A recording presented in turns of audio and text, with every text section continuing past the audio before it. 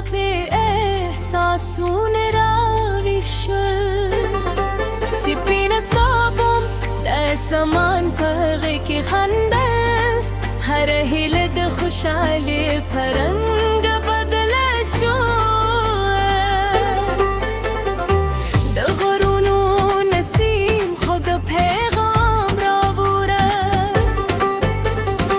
ده باران نوی و میوشنده سرگو که دمین اخکلی جهان جورا شو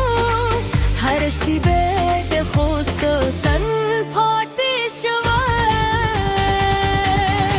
راه چدیمی الارونیسو ده وفات سیری لنده جند کرو هر آواز ده دخت در پشانوی هر شب در سپوند بارا باتی رشی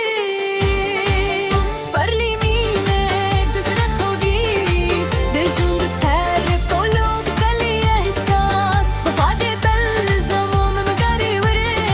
در پایه ده پاجه کار بخوره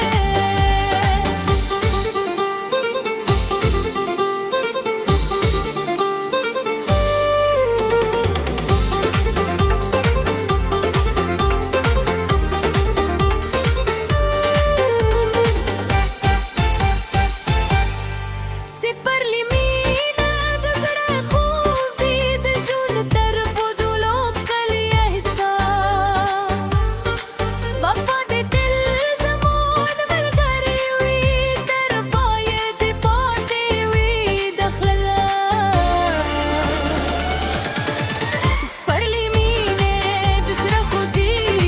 ده جون در بدولوب کلی احساس وفات دل زمان مرگری در پایه پاتی وی دخللاس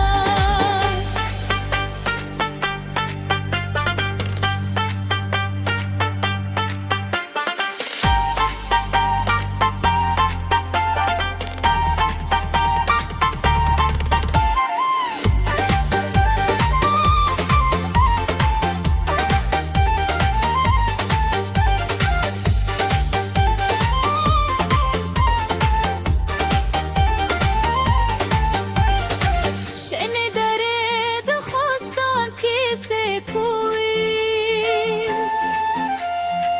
دل